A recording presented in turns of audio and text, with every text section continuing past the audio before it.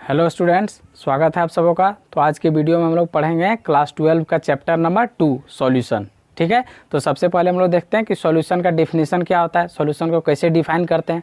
ठीक है, तो सॉल्यूशन का डेफिनेशन है कि होमोजीनियस मिक्सचर ऑफ टू और more than two component is called solution. तो दो या दो से अधिक कंपोनेंट का जो होमोजीनियस मिक्सचर होता है उसी को क्या बोलते हैं, सॉल्यूशन बोलते हैं। ठीक है, तो यहाँ एक टर्म है क्या, होमोजीनियस मिक्सचर।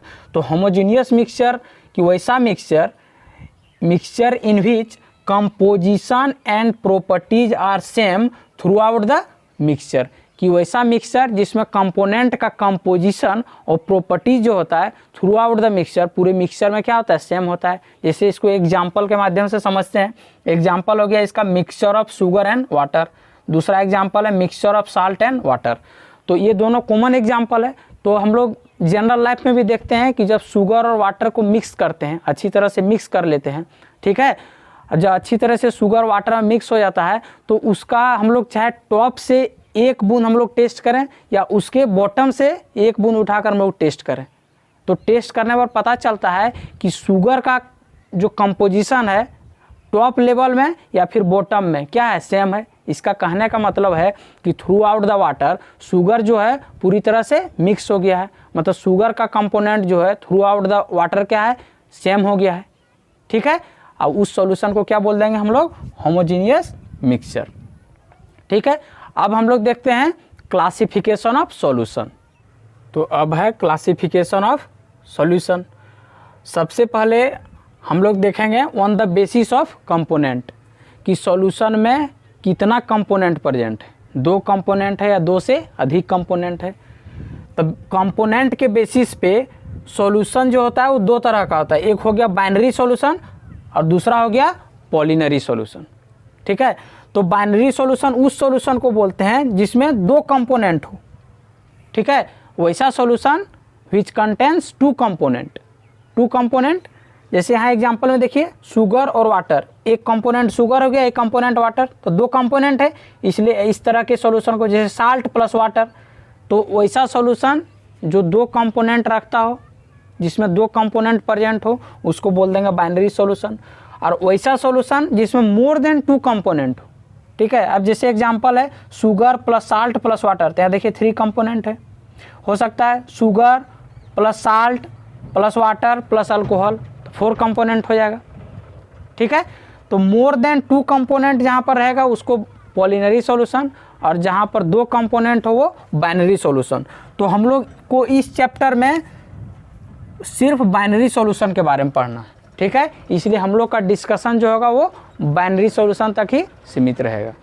ठीक है, तो बाइनरी सॉल्यूशन में यहाँ पर देखिए तो एक कंपोनेंट शुगर है, एक कंपोनेंट वाटर है। ठीक है, तो बाइनरी सॉल्यूशन में एक कंपोनेंट जो होता है उसको बोलते हैं सॉल्यूट और दूसरा कंपोनेंट जो होता है उसको बोलते हैं सॉल्वेंट। अब हम लोग देखते हैं कि सॉल्यूट और सॉल्वेंट को कैसे डिफाइन करते हैं। तो सबसे पहले हम लोग सॉल्यूट को डिफाइन करते हैं। तो component which is present in less amount in gram is called solute। कि सॉल्यूशन में वैसा कंपोनेंट जो ग्राम में सबसे कम अमाउंट में हो, ठीक है, उसको क्या बोलते हैं, सॉल्यूट। अब देखते हैं solvent. Component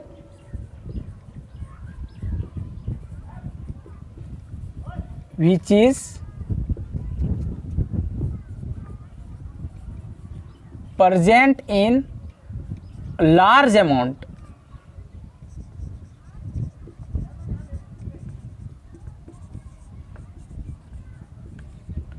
is called solvent। तो वैसा कंपोनेंट सॉल्यूशन में जो लार्ज अमाउंट में हो, ग्राम में सबसे ज़्यादा अमाउंट में हो, उसको क्या बोलते हैं, सॉल्वेंट। यहाँ एक एग्जाम्पल देख लेते हैं। एग्जाम्पल हो गया कि जिसे 5 gram of sugar present in 200 gram of water, 200 gram of water. तो यहाँ शुगर क्या हो जाएगा, सॉल्यूट, और वाटर क्या हो जाएगा, सॉल्वेंट।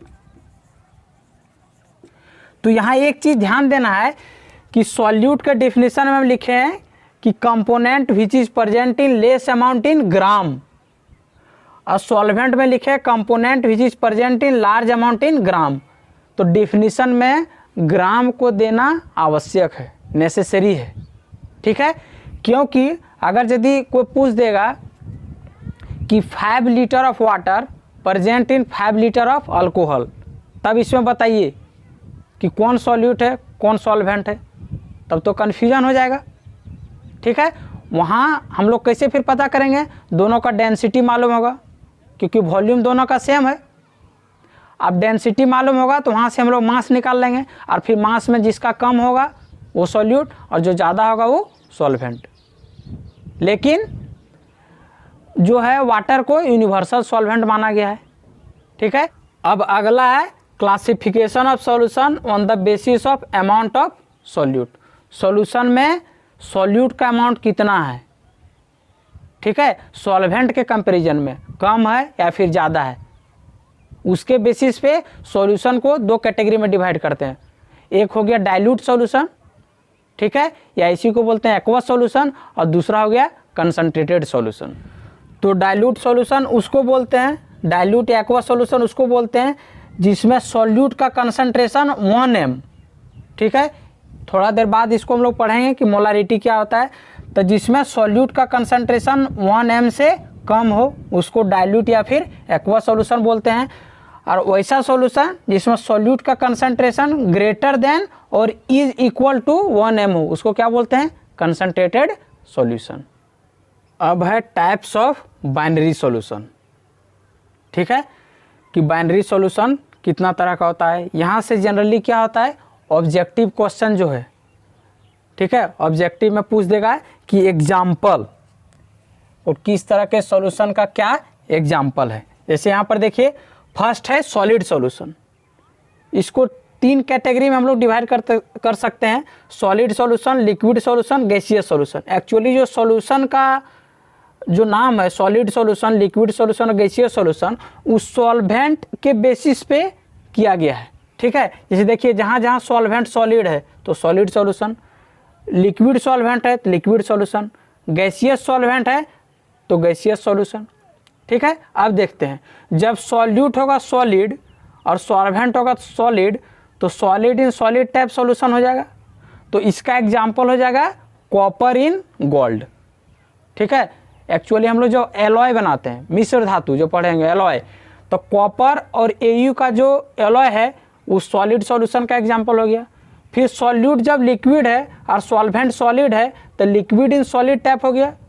तो लिक्विड हो जाएगा आपका मरकरी, ठीक है, मरकरी, और सॉलिड हो जाएगा सोडियम, तो सोडियम अमलगम, ठीक है। मरकरी का जब सॉलिड के साथ सोडियम के साथ मिक्सचर इसको बनाते हैं, सॉल्यूशन बनाते हैं, ठीक है, तो वो हो जाएगा एग्जाम्पल सॉलिड सॉल्यूशन का। फिर जब सॉल्यूट हो जाएगा गैस और सॉल्वेंट हो जाएगा सॉलिड, तो गैस इन सॉलिड हो जाएगा। तो देखिए H2 in palladium, hydrogen in palladium, ये वेरी गुड रिड्यूसिंग एजेंट है, इसको ऑर्गेनिक में पढ़ते भी हैं रिडक्शन में, ठीक है। उसके बाद है लिक्विड सॉल्यूशन। लिक्विड सॉल्यूशन में जब सॉल्यूट हो जाएगा सॉलिड, सॉल्वेंट हो जाएगा लिक्विड, इसका एग्जाम्पल हो जाएगा, मतलब सॉलिड इन लिक्विड का, सॉलिड हो जाएगा शुगर और लिक्विड हो जाएगा वाटर, तो शुगर इन वाटर। फिर है liquid in liquid, solute liquid, solvent liquid, तो इथानॉल इन वाटर, दोनों लिक्विड है। फिर है गैस हो जाएगा सॉल्यूट और सॉल्वेंट हो जाएगा लिक्विड, तो गैस इन लिक्विड, तो गैस हो जाएगा ऑक्सीजन, ऑक्सीजन इन वाटर। उसके बाद है गैसियस सॉल्यूशन, तो जब सॉल्यूट हो जाएगा सॉलिड और सॉल्वेंट हो जाएगा गैस, तो कैम्फर इन नाइट्रोजन गैस, इसका एग्जाम्पल हो जाएगा। फिर सॉल्यूट हो जाएगा लिक्विड और सॉल्वेंट हो जाएगा गैस, तो लिक्विड इन गैस का एग्जाम्पल हो जाएगा क्लोरोफॉर्म विथ नाइट्रोजन गैस। उसके बाद जब सॉल्यूट हो जाएगा गैस और सॉल्वेंट हो जाएगा गैस, जब दोनों गैस रहेगा तो ऑक्सीजन एंड नाइट्रोजन इसका एग्जाम्पल हो जाएगा, ठीक है। तो यहाँ पर जनरली आप लोग क्या ध्यान में रखिएगा, एग्जाम्पल, ठीक है। ऑब्जेक्टिव में जनरली ये सब सॉल्यूशन का क्या पूछ देता है, एग्जाम्पल। ठीक है, अब है expressing concentration of solution. Solution के कंसंट्रेशन को डिफरेंट वे से एक्सप्रेस कर सकते हैं हम लोग, बहुत सारे तरीका से एक्सप्रेस कर सकते हैं। वह तरीका हो सकता है मोलारिटी भी, मास परसेंटेज भी, वॉल्यूम परसेंटेज भी, मास या वॉल्यूम परसेंटेज भी, मोल फ्रैक्शन भी, पार्ट्स पर मिलियन भी। ठीक है, तब इसको हम लोग बारी बारी से देखते हैं। तो सबसे पहले हम लोग देखते हैं मोलारिटी। ठीक है,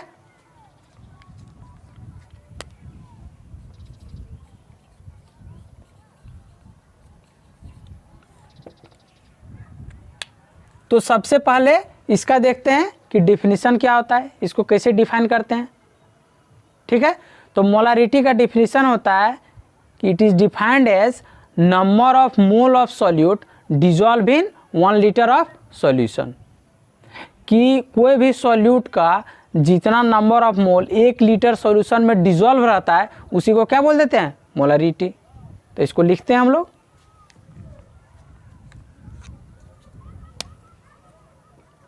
number of mole of solute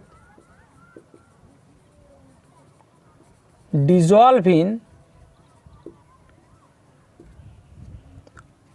1 liter of solution, 1 liter of solution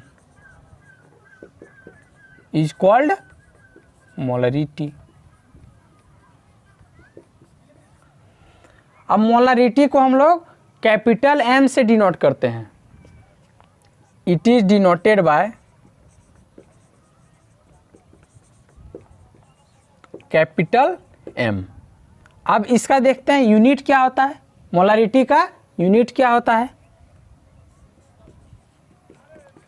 unit of molarity हो जाता है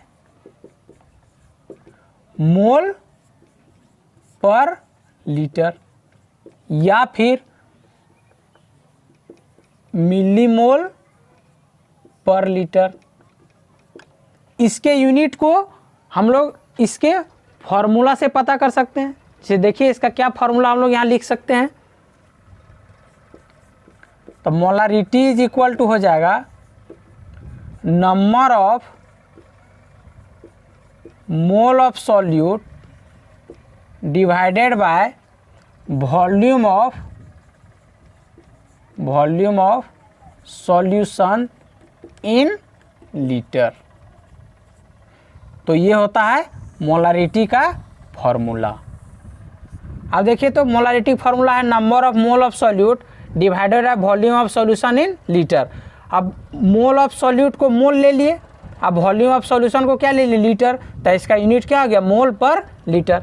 अगर यदि हम मोल नहीं लेके मिली मोल ले लेंगे, ठीक है, और यहाँ वॉल्यूम ऑफ सॉल्यूशन ले लेंगे लीटर में, तो मिलीमोल पर लीटर भी हो सकता है, या फिर मिलीमोल पर ml भी ले सकते हैं।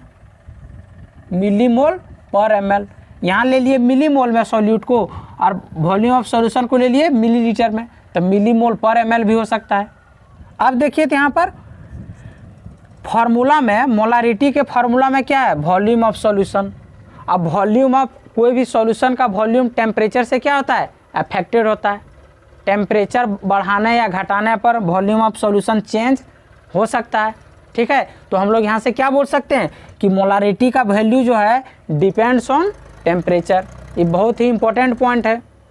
ठीक है, जनरली जब ऑब्जेक्टिव यहाँ से पूछता है तो यहाँ से एक सवाल पूछ देता है कि molarity of solution depends on temperature और नॉट।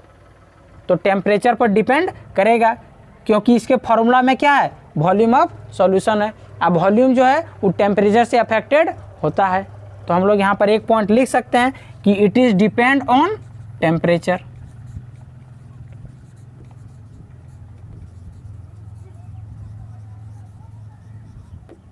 ये वेरी इंपॉर्टेंट पॉइंट है, एकदम ध्यान रखना है कि मोलारिटी जो है वो टेम्परेचर डिपेंडेंट होता है, मतलब टेम्परेचर पर डिपेंड होगा।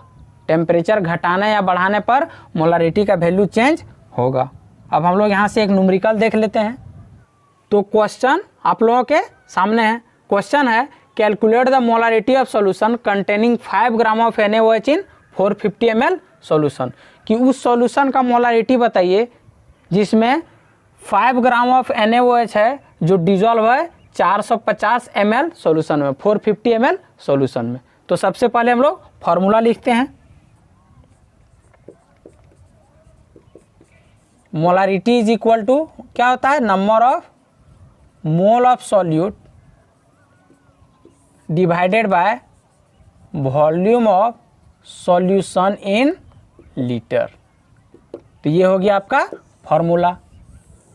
अब देखिए आप, तो नंबर ऑफ मोल अगर दी सॉल्यूट का पता चल जाए और सॉल्यूशन का वॉल्यूम पता चल जाए किस में, लीटर में, अब ये दोनों डिवाइड कर देंगे तो मेरा आंसर आ जाएगा। अब देखते हैं कि क्वेश्चन में क्या दिया है, नंबर ऑफ मोल हमको चाहिए, लेकिन यहाँ क्या दिया है, मास दिया है।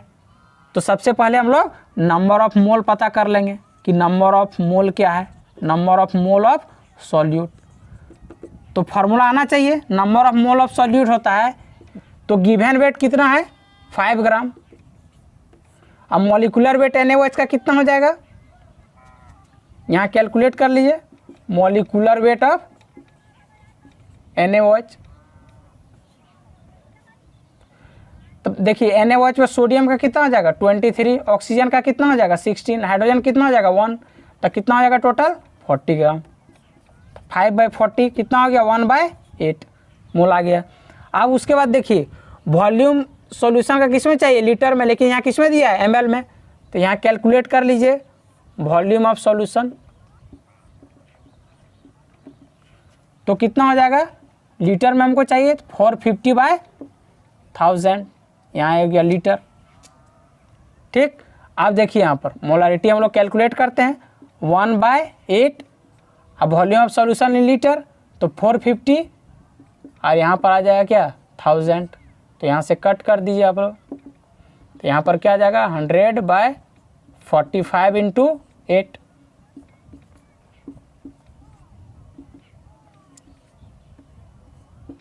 (20/72 m सॉल्यूशन हो गया मोलारिटी। ये हो गया आपका आंसर। अब सेकेंड देखते हैं मोलालिटी।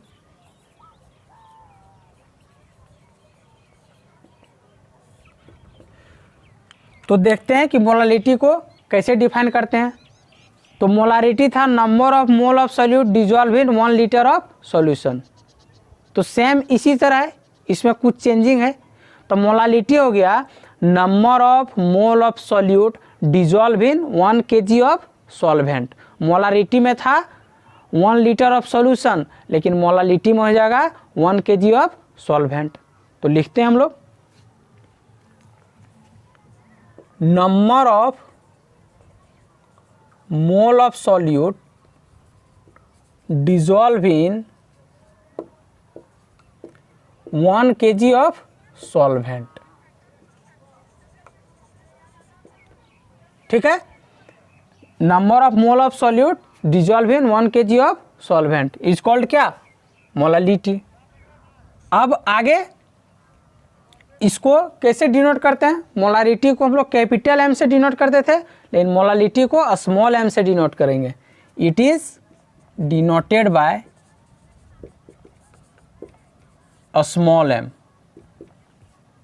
ठीक है, आप देखते हैं इसका formula, molality is equal to हो जाएगा number of mole of solute by mass of solvent in kg। Number of mole of solute by mass of solvent in kg। अब देखिए अगला पॉइंट है यूनिट, यूनिट ऑफ मोलालिटी। तो unit क्या बोल सकते हैं, number of mole of solute को क्या लिख सकते हैं, मोल, और मास ऑफ सॉल्वेंट इन kg तो मोल पर kg। अब अगर दी मोल नहीं लेके यहाँ पर क्या ले लेंगे, मिली मोल।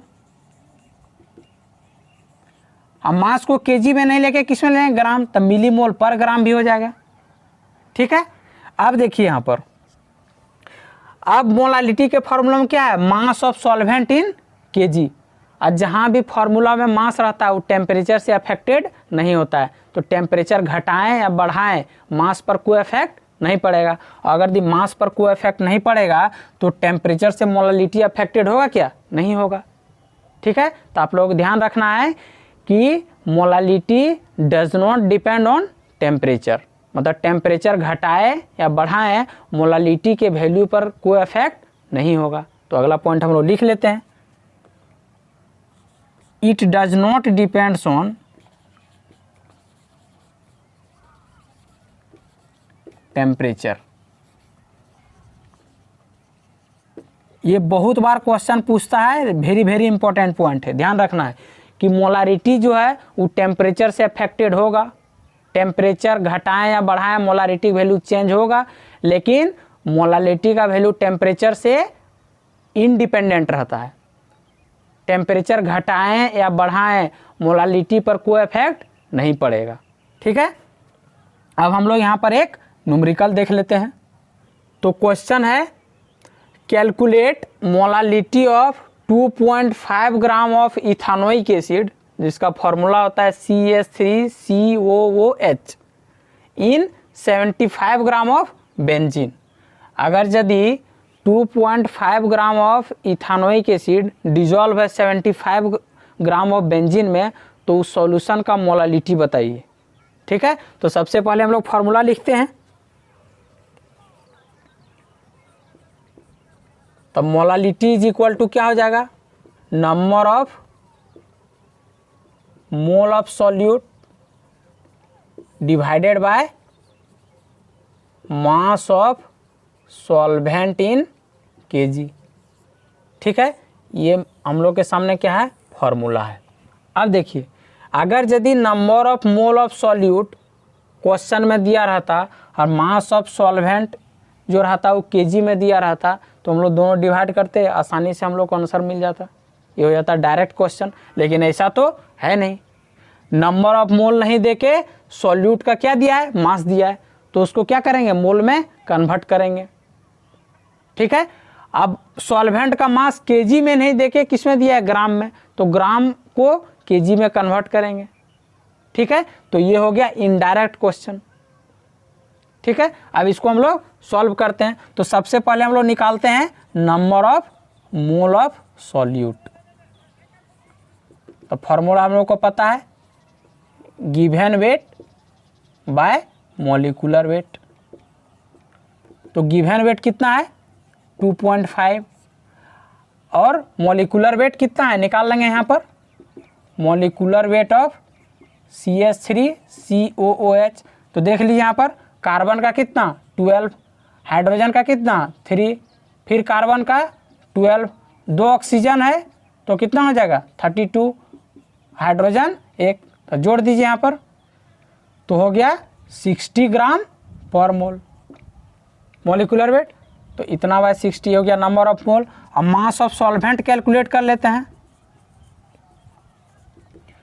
तो 75 डिवाइडेड बाय 1000, तो इतना हो गया केजी। अब देखिए स्मॉल हम निकालते हैं मोलालिटी, तो 2.5 डिवाइडेड बाय 60 इंटू 75 और ऊपर हो जाएगा 1000। तो यहाँ से आप लोग कैलकुलेट कर दीजिए।